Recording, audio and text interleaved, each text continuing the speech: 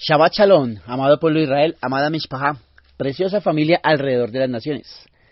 Les saluda su Aj Mauricio Leandro López de la República de Colombia, en este bello comentario de Parashat, en esta hermosa celebración de este Yom Shabbat, entrando en el reposo unidos en el amor de Yeshua, cada uno en las naciones, acercándonos por medio del Ruach HaKodesh a la bendita Torah. Qué bendición, mis amados hermanos y hermanas, radio escuchas de Radio Shalom, la estación con el Ruach, y también las personas que se conectan con la frecuencia del Gran Yo Soy a través de Facebook, Telegram o YouTube. ¡Qué bendición! Bien, también nuestro canal de WhatsApp es uno de los más visitados para que sigamos ahí permaneciendo en la Ejat por medio de la Emet y por medio de compartir juntos el pan de vida eterna, que es la bendita Torah. ¡Qué bendición, mi amada familia! Bien, en este hermoso Yom Shabbat estaremos tratando una parashat subtitulada Korah. Es la número 36 y 348 del estudio trienal, aquí en las hermosas Kehilá de Yehoshua. Estaremos enfocados en números 16.1 al 18.32, en Isaías 66.1 al 24 y en 1 Samuel 20.18 al 42. Estas son las citas que competen para esta Parashat Korah. Qué bendición, amada familia. Oremos a nuestro Abba Kadosh para establecer más y más de su presencia en este Yom Shabbat. Precioso Abba Kadosh, te damos gracias, hermoso Rey, porque hasta aquí nos has ayudado tú con tu amor, con tu bondad, con tu justicia, pero sobre todo con tu verdad, precioso Padre. Gracias por ese alineamiento hacia tus preceptos, Señor, que encontramos por medio de la Torah, y también por ese querer por el hacer que pones en cada uno de nosotros por medio de tu Ruach HaKodesh. Sigue trabajando en cada una de nuestras áreas, como personas, como seres, pero también como hijos tuyos, precioso Padre Celestial, haciéndonos cada vez más esos discípulos competentes del reino que necesitas para establecer tu verdad en cada uno de los lugares, familias y descendencias, precioso Dios. Gracias, hermoso Padre Celestial, por tu amor, por la luz de Yeshua HaMashiach en nosotros, y también por la gracia inmerecida de Yeshua HaMashiach, quien es nuestro sacerdote y quien es nuestro Cohen Gadol. Gracias, precioso Padre Celestial, en tu nombre, precioso Yeshua, bajo la unción de tu precioso Espíritu Santo, dirige cada una de las palabras de esta hermosa porción, para así entender y conocerte más y más, precioso eterno Elohim. En el Shem de Yehoshua HaMashiach, amén y amén. Bien, mi amada familia, qué tremendo, bendito sea el Eterno. El Eterno me llevaba a estudiar sobre Hebreos, en esta hermosa porción de Korah, en donde entraremos a mirar diferentes temas, ahí sobre Hebreos 5, y es algo muy importante, y es que vemos que el escritor de Hebreos explica un tema que había introducido antes en Hebreos 2.17, de acuerdo a lo que hemos escuchado y estudiado la semana pasada en nuestra porción de Parashat. Y encontramos que Yeshua es como nuestro sumo sacerdote. Yeshua es nuestro sumo sacerdote. Aleluya. Es algo muy importante, ya que el escritor de Hebreos empezó a tratar el tema, pero tuvo que pasar un tiempo advirtiendo a los creyentes desalentados acerca del peligro de no continuar y progresar en su vida como creyentes. Como un buen autor de una buena historia de detectives, el autor de Hebreos señala a un personaje del Brit Hadashah, ¿sí? Pero también nos muestra un personaje de la Tanaj, que muchos podrían considerar insignificante, y le da a ese personaje una prominencia real. Ese personaje es Melquisedec.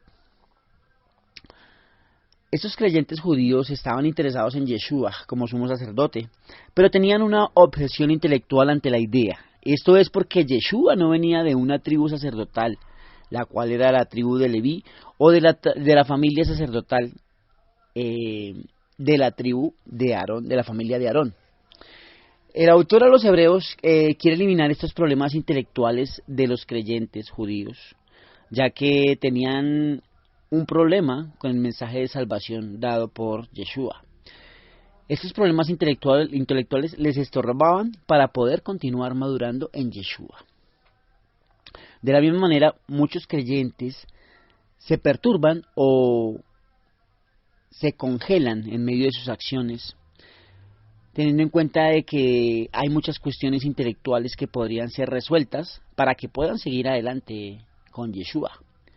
Si un creyente está estancado por algún tipo de problema o situación o duda que tiene en su ser, como puede ser la creación, la evolución o la validez de los milagros u otras cosas por el estilo, ellos necesitan solucionar sus dudas para que puedan avanzar con Yeshua. Es algo importante ayudar a nuestros hermanos, brindándoles la verdad por medio de la bendita Torá. Que ellos mismos busquen en su misma Biblia, en su misma arma, en su misma espada, y asimismo venga ese querer por el hacer puesto por el mismo Ruach HaKodesh. Es algo muy importante el avance con Yeshua. Vemos algo muy importante aquí en el texto, y es que después de que Abraham derrotó a la alianza de reyes que tomó cautivo a su sobrino Lot, se encontró con un sacerdote misterioso llamado Melquisedec, que también era rey en la ciudad de Salem, un nombre antiguo que podría dársele a la ciudad de Jerusalén. La historia nos muestra el peligro de combinar la autoridad civil con la religiosa. Por eso Jehová les prohibió a los reyes de Israel que fueran sacerdotes y a los sacerdotes que fueran reyes. Melquisedec, que era de Salem y era sacerdote del Dios Altísimo, es una excepción única que podemos ver en la bendita Torá. Melquisedec no era solamente un adorador del Dios verdadero, tenía el título de honor a sacerdote del Dios Altísimo. La grandeza de Jehová magnifica la grandeza del sacerdocio de Melquisedec. Cualquier sacerdocio es evaluado de acuerdo al estatus de la deidad a la cual servían, lo que significa que Melquisedec debe haber sido de un tipo de sacerdocio altamente exaltado. Melquisedec bendijo a Abraham y Abraham le dio a Melquisedec el diezmo, los diezmos de todo, como se menciona allí en Génesis 14:20. Vemos que Melquisedec significa primeramente rey de justicia y también rey de Salem. Esto es, rey de paz, ya que el nombre de Melquisedec significa rey de justicia y también era rey de paz, porque el nombre Salem significa paz. El orden es sutil pero importante. Primero, Melquisedec en su mismo nombre es llamado rey de justicia, luego es llamado rey de paz. Como siempre, la justicia viene antes que la paz. La justicia es el único camino verdadero hacia la paz. La gente busca esa paz en el escape, la evasión o el compromiso, pero solamente la encontrará en la justicia.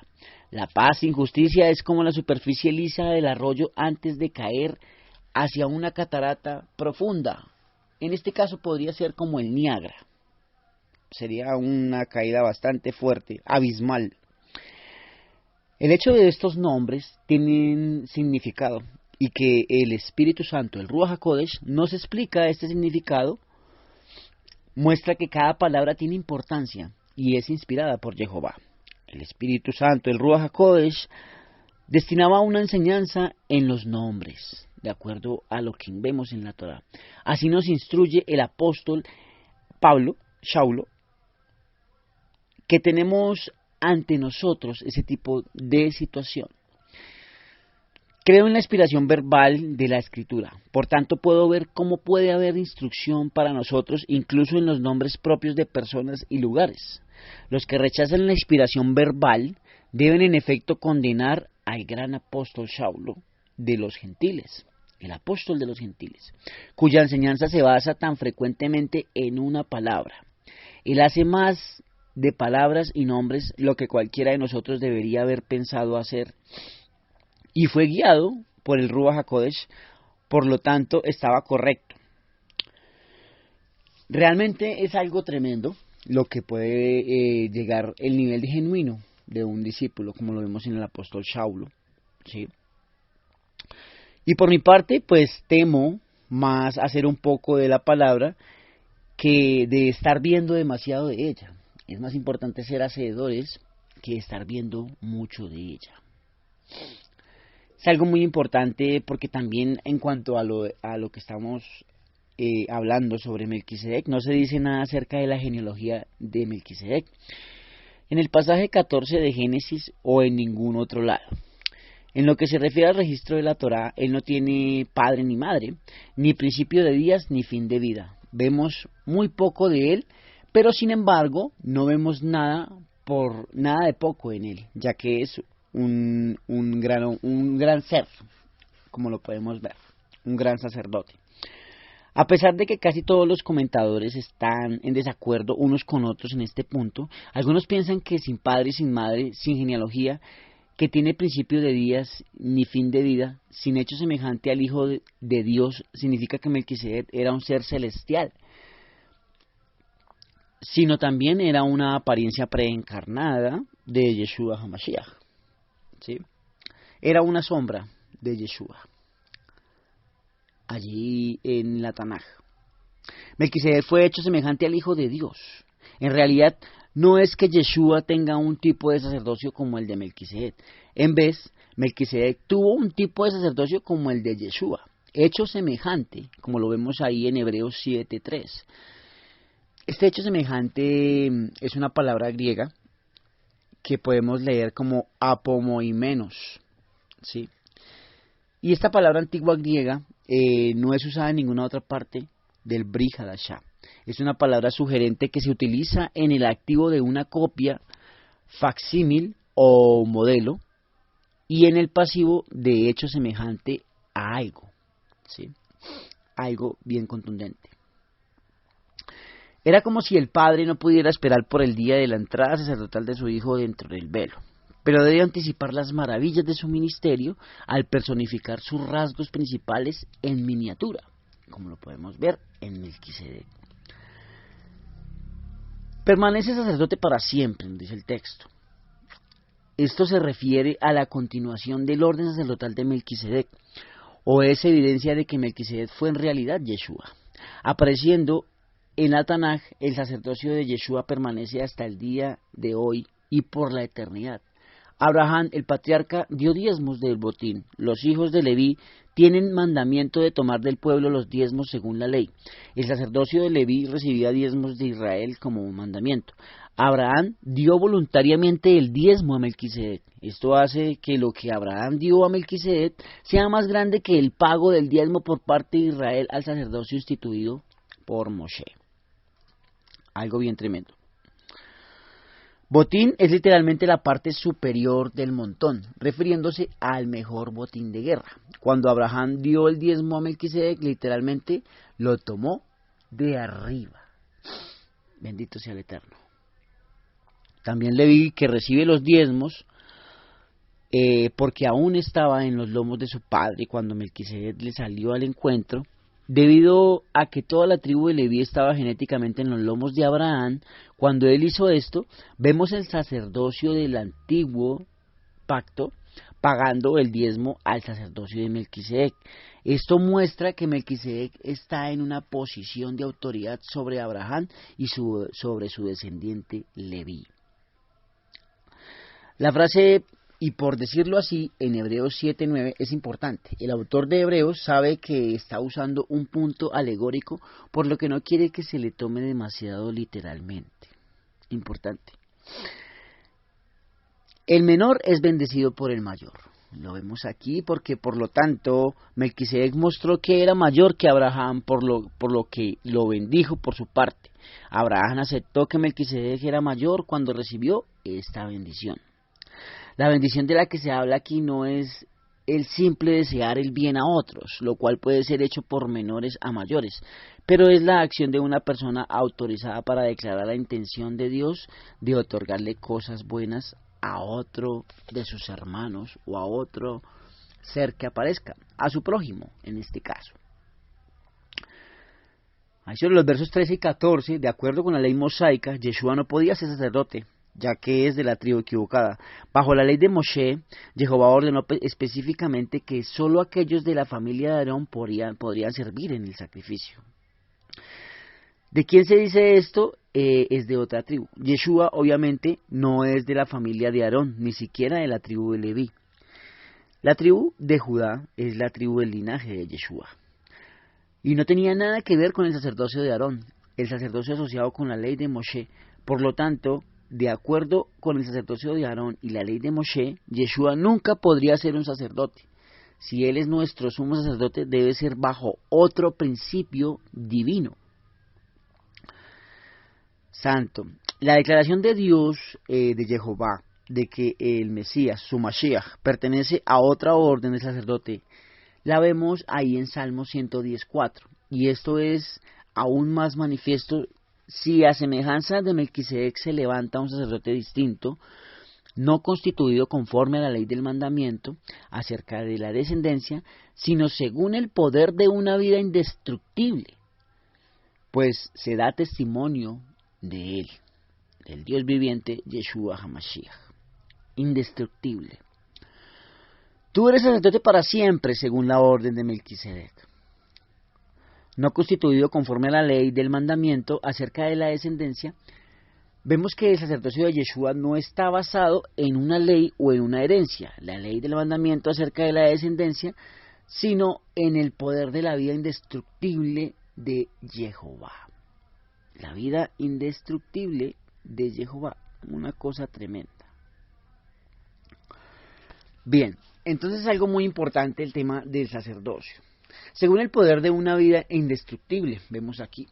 Mateo 27:1 dice: venida la mañana, todos los principales sacerdotes y los ancianos del pueblo entraron en consejo contra Jesús, contra Yeshua, para entregarle a muerte. Entre aquellos que conspiraron para matar a Yeshua, había sacerdotes de la orden de Aarón. Pero Yeshua, por el poder de una vida indestructible, les mostró que él era superior cuando triunfó sobre la muerte. En su debilidad y en eficacia, nada perfeccionó la ley. La ley establece los estándares perfectos de Jehová, pero no da el poder para cumplirlos. Es algo muy importante y es el legalismo. Es un tema muy complejo de tratar, pero es bajo la Emet que lo podemos hablar en esta hermosa participación. Porque es importante, ya que todos los legalistas recuerden esto, ¿sí? Nada perfeccionó la ley. Que todos los adventistas recuerden esto. Nada perfeccionó la ley. Que todos aquellos que sueñan con la ley como la regla de vida, recuerden esto. Nada perfeccionó la ley. Por lo tanto, la ley es valiosa, porque nos muestra los estándares perfectos de Jehová, pero no fue hecha con el propósito de ser la base del caminar del hombre con Jehová. Esto es porque la ley es débil e ineficaz cuando se trata de salvar nuestra alma o de darnos poder sobre el pecado. La ley nos da un diagnóstico experto de nuestro problema con el pecado, lo cual es esencial, pero la ley nos da la cura para nuestro problema con el pecado. Solo Yeshua puede salvarnos del pecado. La ley no nos da la cura para ningún problema con el pecado. Como ahora en Yeshua tenemos una mejor esperanza por la cual nos acercamos a Jehová, estamos equivocados al querer regresar a construir nuestro caminar creyentes en solo la ley. Por lo tanto, la ley es anulada en el sentido de que ya no es el principio dominante de nuestra vida, especialmente de nuestra relación con Jehová. La palabra griega traducida como anular, abrogado, atétesis, es la misma que aparece en Hebreos 9:26 para quitar de en medio el pecado por el sacrificio de sí mismo. La desaparición de la ley es tan absoluta, por tanto, como la eliminación del pecado. La ley no te da una mejor esperanza. La ley no te acerca a Jehová como lo hace la gracia de Jehová dada en Yeshua. Sin embargo, muchos creyentes viven una relación legal con Jehová, en lugar de una relación de gracia por medio de Yeshua HaMashiach con él. Santo. Aunque la ley llevó a cabo una función valiosa, su debilidad principal era que no podía dar vida y vitalidad, ni siquiera a quienes la cumplían, y mucho menos a quienes no la cumplían. De hecho, su función no era proporcionar fuerza, sino proporcionar estándares por los cuales el hombre pudiera medir su propio estado moral. Su ineficacia no se debe considerar en el sentido de ser totalmente inútil, sino en el sentido de ser ineficaz para proporcionar un medio constante de acercamiento a Jehová basado en un sacrificio totalmente adecuado.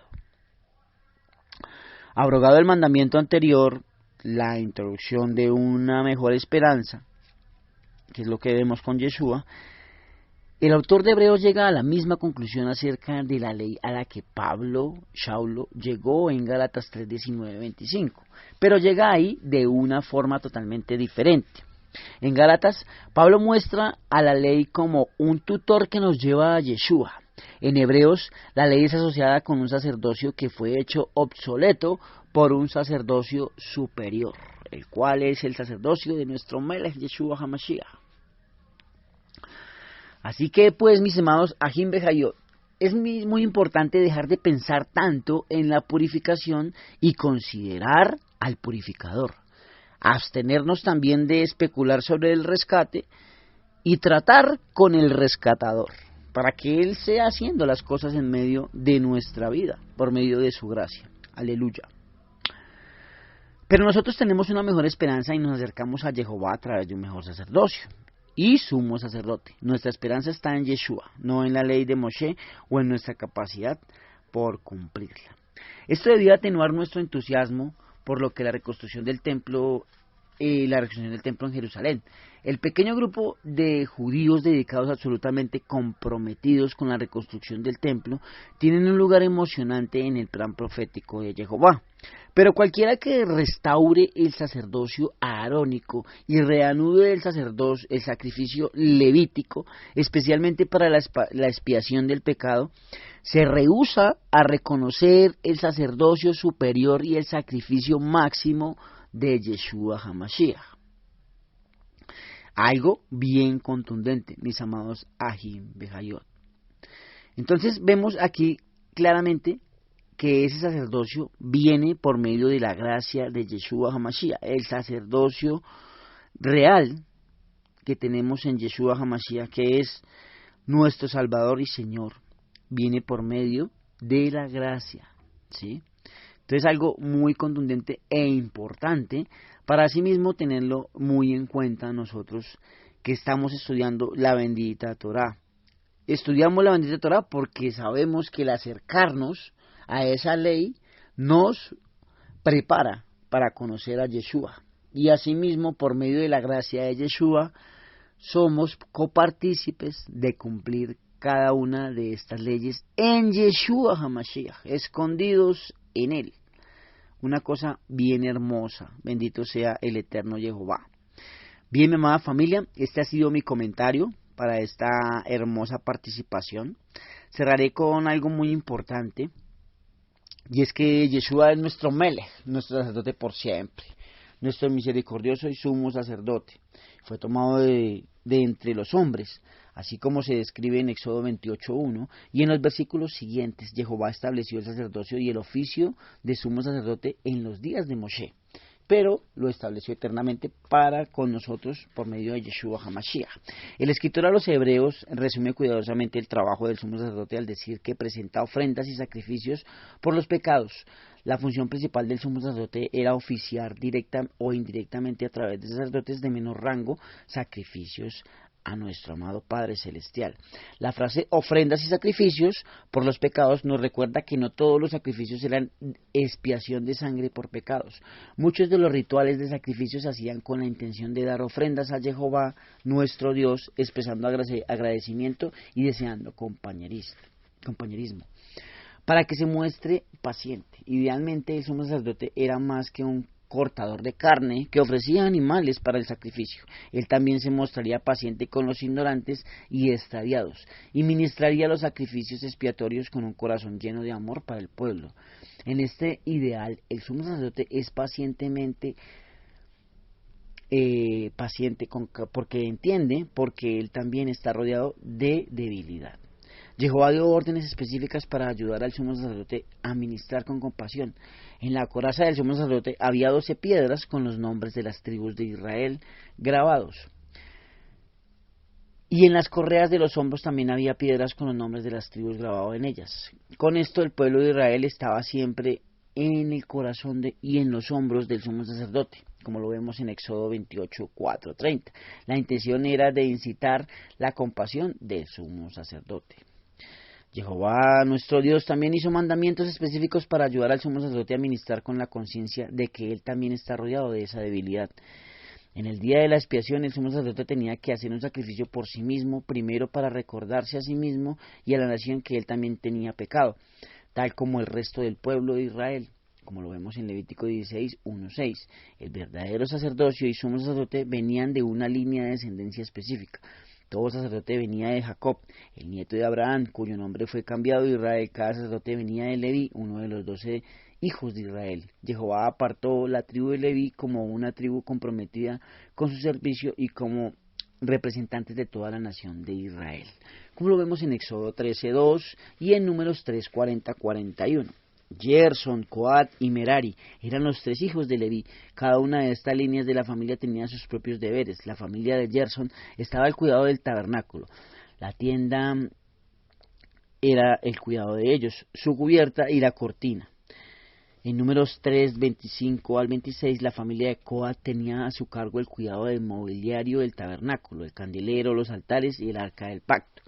Y en Números 3:31-32, la familia de Merari cuidaba de las tablas, las columnas del tabernáculo, sus estacas y sus cuerdas. Lo vemos en Número 3:36-37. Estas familias no eran propiamente sacerdotes, a pesar de que eran levitas. El sacerdocio mismo vino a través de Aarón con el hermano de Moshe. La familia de Coat, de la familia de Aarón y de su descendencia se formaron los sacerdotes y al sumo sacerdote aquellos que podían servir en el tabernáculo y ofrecer sacrificios a nuestro Padre Celestial. El sumo sacerdote era generalmente el hijo mayor de Aarón, excepto si se descalificaban ellos mismos por pecado como Nadab o Abiú, como lo vemos en Levítico 10:1-3, o de acuerdo con las regulaciones de Levítico 21.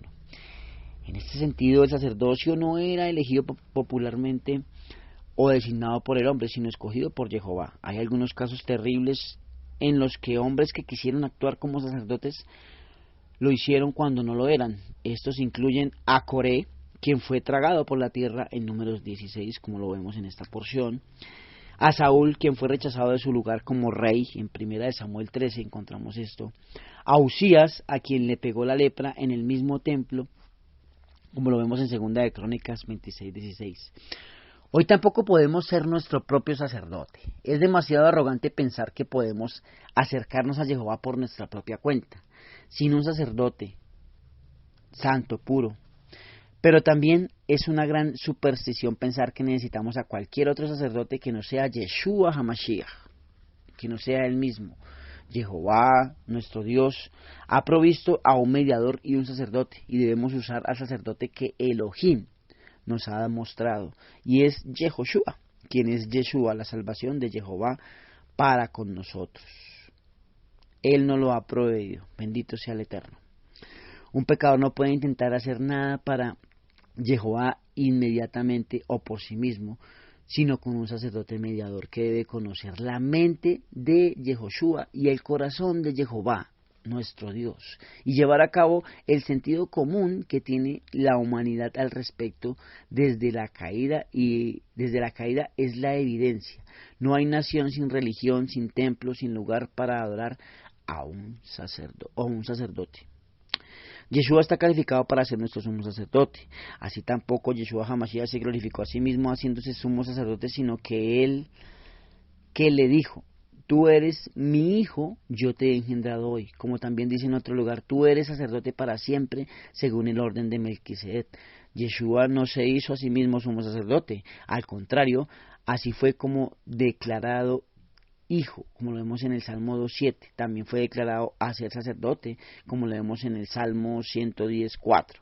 Es fácil ver por qué el sacerdocio de Yeshua era difícil de entender para los primeros creyentes talmidim judíos. Yeshua no era del linaje de Aarón. Yeshua no afirmó ni practicó un ministerio especial en el templo.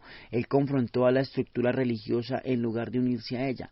En el tiempo de Yeshua, el sacerdocio se había convertido en una institución corrupta. El cargo se obtenía a través de la intriga y la politiquería entre líderes corruptos. Yo te he engendrado hoy se refiere a la resurrección de Yeshua de entre los muertos. En este tiempo él asumió por completo su rol como nuestro sumo sacerdote, habiendo sido perfeccionado, como lo vemos en Hebreos 5:9. La resurrección de Yeshua demostró que él no era un sacerdote como Aarón, que tenía primero que expiar su propio pecado, sino que más bien su resurrección vindicó, ¿sí? Y Yeshua fue representado y visto como el santo del Padre, como lo vemos aquí en Hechos 2:24 y en Hechos 2:27, quien soportó la ira que los pecadores merecían sin llegar a ser él mismo un pecador. Bien, mis amados Ajim Bejayot, este ha sido mi compartir. Desde Colombia les saludo su Aj Mauricio Leandro López, Leí Raot y Shabbat Shalom. Síganse gozando en este tiempo de delicia, amada familia. Shabbat Shalom.